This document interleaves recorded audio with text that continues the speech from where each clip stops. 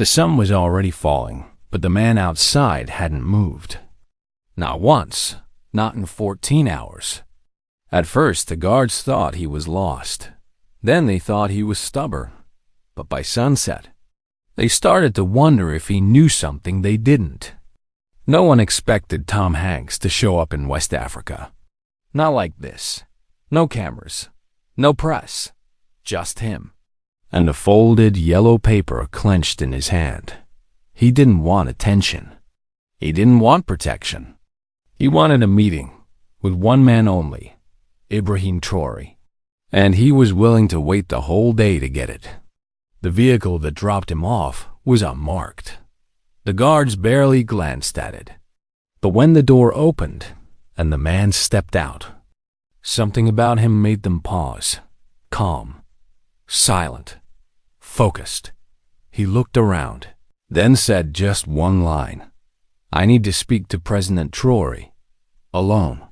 The soldier blinked. "Do you have an appointment?" Tom shook his head.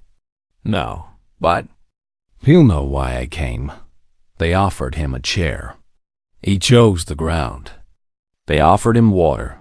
He refused. One of the guards whispered to another, "Should we tell someone?" "No," the other replied, watching the man sit cross-legged under the only tree near the gate. "If he wants to wait, let him." Hours passed. 3, then 6, then 9. No phone. No assistant. Just the quiet sound of birds, boots, and distant orders inside the compound. By the 12th hour, his shirt was clinging to his back. The paper in his hand, old and fragile, looked like it might tear in the wind. But he never let go of it. Inside, Traoré was reviewing security footage when an aide interrupted. "Sir, there's someone waiting outside for you." Traoré didn't look up. "Tell him I'm in meetings." The aide paused. "He's been waiting for 14 hours. Now Traoré looked up. "Who is it?" The aide swallowed. "Tom Hanks." That name didn't match the room. It didn't match the country. But something in Traoré's face changed. He stood up without a word. Outside, as the compound gate slowly opened, Tom stood. Traoré walked toward him. They didn't shake hands at first. They just looked at each other, like two people from different worlds who somehow already understood something unspoken. Then Tom finally said, "I carried this for 27 years. I never knew who it was for, until I saw your face on the news." He held up the letter. Traoré looked at it, then back at him. "What's inside?" he asked. Tom's answer was quiet. "I don't know. I was told to deliver it." And wait. That's why he sat in the heat for 14 hours. Not to make a statement, not for a role, but because someone long ago gave him something to pass on. And he had just found the man it was meant for. The air inside the compound was quiet, but heavy, like a place where history had just stepped in without knocking. Tom followed Traoré through a narrow hallway. No cameras, no aides, no sound, but footsteps on old concrete. They entered a private room.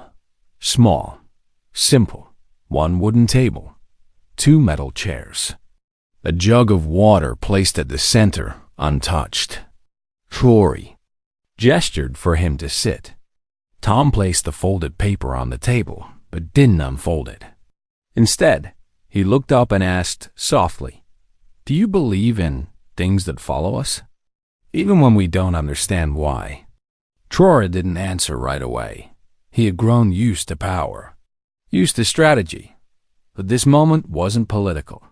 This was something else. He leaned back, eyes scanning the face across from him. "I believe," he finally said, "that some things find us when we're ready, even if we never feel ready." Tom smiled faintly. "Then maybe now is the time." His hands trembled slightly as he picked up the letter. It looked older now, more fragile under the yellow light, edges torn, creases deep, as if it had waited too long to be opened. I've carried this since 1998, Tom said. Why? Traoré asked. Tom's voice lowered. Because of a man I met, a medic, on a film set in Rwanda. The memory came rushing back. It wasn't a movie anyone remembered now, but the location was real. The people were real. The trauma was real. Tom had met a young Rwandan medic. During filming, a quiet man with kind eyes and a strange calm. They only spoke a few times. But on the final day, the man handed him an envelope. If you ever see a boy who looks like he carries the sky in his eyes, the medic said, and the world in his silence, give him this. Tom was confused. The medic smiled. You'll know when it's time. A few months later, that same medic died in a plane crash during a humanitarian mission. The envelope was never opened. Tom kept it in a drawer for years. Then in 2022, he was watching the news. A young African captain had just overthrown the status quo. A man with eyes that burned and a voice that never shouted. Tom froze. It wasn't just the name. It was the face. Something about that face. He went straight to the drawer, pulled out the envelope, and for the first time, his hands began to shake. I didn't open it until last year, Tom said quietly. I was afraid. Of what? Traoré asked. Tom looked him in the eyes. Of knowing it was meant for you. He unfolded the letter slowly, carefully. But before reading it, he reached into his coat and pulled out something else. A small, dusty cassette recorder. He placed it gently on the table. What's that? Traoré asked. Tom pressed play. The tape whirred. Then a voice crackled through. If you're hearing this, then the boy has risen. Ibrahim, the world may not let you speak, but your silence will become thunder. When this message reaches you, remember, the war is not around you. It's inside you, and you're not alone. Traoré froze. He didn't blink. Didn't move. He was breathing, but barely. That voice. He hadn't heard it since he was 6. A lullaby in the dark. A voice in memory. A name lost in blood. My uncle, Traoré whispered. I thought they killed him before he ever left the country. Tom nodded, eyes misting. He was working. As a medic, said he had to stay hidden. That if he sent the letter himself, it would never reach you. Traoré looked down at the cassette. What made you keep it? Tom shrugged, almost ashamed. I didn't know. Maybe guilt. Maybe fate. Or maybe I was just waiting for you. There was a long silence. No fanfare. No big speeches. Just a man in his 60s handing something to a man in his 30s. That had been frozen in time between them. Tom opened the letter fully now. He took a deep breath and began to read. But barely 5 lines in, his voice cracked. He stopped. Tried again, but the next word wouldn't come out. He lowered the paper, covered his mouth, and began to cry. The paper was still in Tom's hands, but his voice had disappeared. It wasn't weakness. It was something else. Like his body had caught up to the weight he'd been carrying for years. Across the table, Traoré watched silently. He didn't push. He didn't interrupt. He just sat there, like he knew this moment wasn't meant to be rushed. I'm sorry, Tom finally said. I thought I could read it. I really did. His hands trembled as he passed the letter across the table. Traoré accepted it carefully, as if the page itself could crumble from too much pressure. Then he unfolded it, one slow crease at a time. He didn't even blink as his eyes moved across the faded ink. And when he began to read aloud, his voice sounded like it came from a place deeper than memory. To the boy who will forget me, and the man who must remember me. If you're reading this, then you survived what they tried to erase. Tom closed his eyes. The letter was more than words now. It was breathing, alive between them. You were born into silence, Ibrahim. But silence is not weakness. It is the beginning of listening. One day, your voice will carry the sound of those who never got to speak. Tom wiped his eyes again. Not out of sadness, but reverence. Traoré's voice didn't break. He kept going, slower now. The ones in power believe they control time, but time answers only to those who carry memory. And you, my son, will carry more than most. He looked up at Tom. My uncle was never loud, he said softly. But when he spoke, you felt it for days. Tom gave a small, understanding nod. He never needed to shout, he replied. Even in Rwanda. He whispered truth-like. It was enough to move mountains. Traoré looked down at the final lines of the letter. If this has reached you, then I'm already gone. But a stranger has waited long to find you. When he arrives, do not ask why he came. Just know you were never alone. Silence fell over the room again. Tom placed something gently on the table, a worn photograph.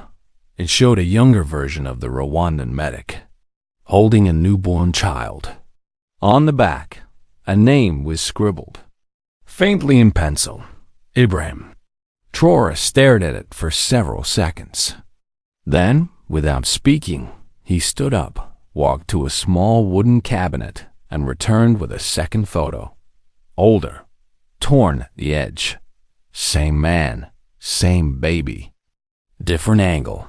My mother kept this, he said. She never explained where it came from. But I always wondered. He looked at the photo again. Now I know. The room didn't feel like a government building anymore. It felt like a bridge. Between what was and what was lost. Between a man who waited and a man who never knew someone was coming. Tom whispered, I didn't come here to deliver something. I came because I think your uncle didn't want you to be found by power. He wanted you to be found by someone who understood what power forgets. Traoré looked at him, eyes still steady, but softer now. I think he knew you'd wait, even if no one believed you would. Tom smiled faintly. I almost didn't. They both leaned back. And for a moment, neither one of them said anything, because there was nothing else to say, only something left to feel. For a long time, they said nothing. The two photos sat between them, two angles of the same moment, two pieces of a puzzle that had waited decades to be placed side by side. It didn't feel like closure. It felt like opening a door they never knew was locked. Tom broke the silence. First, I've delivered a lot of lines in my life, he said, his voice low. In movies, speeches, interviews. But none of them mattered like this. Traoré glanced at him. You didn't come here to deliver a line. You came to return a part of me. Tom leaned forward, elbows on the table. I used to think I was just a messenger, but maybe I was a witness. A witness to what? Traoré asked. Tom's eyes glistened again. To a promise kept. Traoré reached for the letter again. He ran his fingers gently across the paper, as if trying to memorize its texture. Then he looked at the cassette recorder still sitting on the table. You said he gave you this too? Tom nodded. I never played it, not until last year. I was scared that it would be nothing but static, or worse, nothing at all. Traoré pressed play again. The same voice crackled through the speaker. Ibrahim, if you're hearing this, I am no longer alive. But I am not gone, because you are. The room grew still. Your silence will shake their weapons. Your stillness will undo their noise. Tom whispered, more to himself than anyone else. He knew the world would try to crush your voice. So he prepared a different weapon. Silence. Traoré stared at the recorder. It wasn't just his uncle's voice. It was the sound of an entire generation that never got to speak. "Do you know what this means for me?" Traoré asked quietly. Tom nodded. "It doesn't make anything easier, but it makes something clear." "What?" Tom met his eyes. "That you were chosen, not by politics, not by people, but by time." Traoré leaned back. He looked tired but not weak, just like a man who finally saw the weight he'd been carrying his whole life and now knew where it came from. Outside the compound, night had fallen, but inside that small room, it felt like something sacred had just happened. A silence, more powerful than any headline. A message more alive than anything said on stage. A stranger had waited 14 hours. But the truth? This meeting had waited a lifetime. The cassette tape had stopped playing, but the silence it left behind still spoke. Traoré sat still, eyes on the recorder, as if the voice of his uncle might start again. As if memory could rewind one more time. Tom didn't move either. He knew better than to speak now. Some silences aren't meant to be filled. They're meant to be honored. Finally, Traoré broke. "The quiet. I used to dream about him," he said softly. "Not his face, just his voice. It would speak to me when I was alone. In the forest, in the dark, even as a soldier." He paused, and every time I heard it, I felt calm, like someone was still watching. Tom smiled gently. He was. Even when you didn't know it.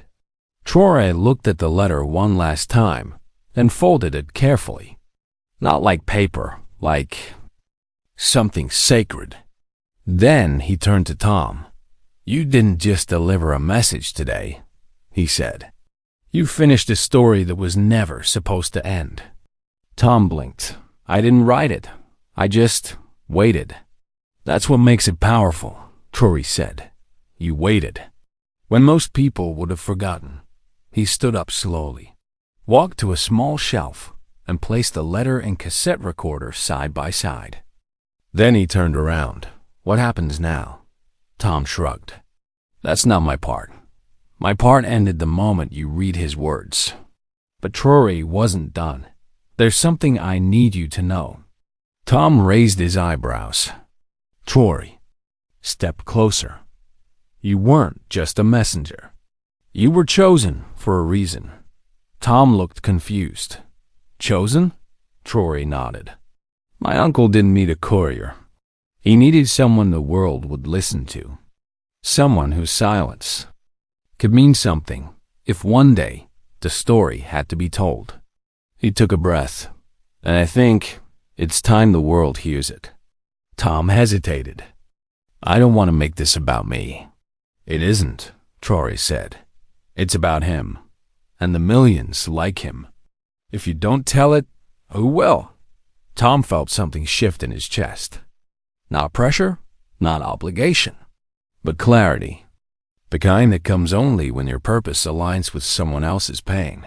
"I'll tell it," Tom said finally. "But not with lights, not with noise. Just with truth." Traoré gave him a slow nod. "That's all I ask." They walked outside together. The sky above was deep and dark, scattered with stars. The kind of night that made both men look up without meaning to. Tom turned to him one last time. "You know, I almost didn't come." Traoré glanced at him. "Why did you?" Tom smiled faintly. "Because something told me. There are some messages that won't let you rest until you deliver them." Traoré didn't answer. He didn't need to. He simply offered his hand. Tom shook it. Firm, steady, not as an actor, not as a president, but as two men who had just carried a promise across decades and delivered it together. Tom walked back toward the gate. No guards stopped him now. They simply stepped aside. As he reached the exit, one of them whispered, "Was it important?" Tom paused, then looked back at the compound, the light in that one room still glowing. Faintly behind him, he smiled. It wasn't a message, he said quietly. It was a memory, finally coming home. If this story moved you even a little, then maybe it wasn't just a story. Maybe it was a reminder that even the quietest moments carry the loudest truths. Tell us in the comments, who in your life carried something for years, just waiting to be heard? And if you felt this, like, share, and subscribe, because these stories deserve to live far beyond a screen. Some messages don't shout.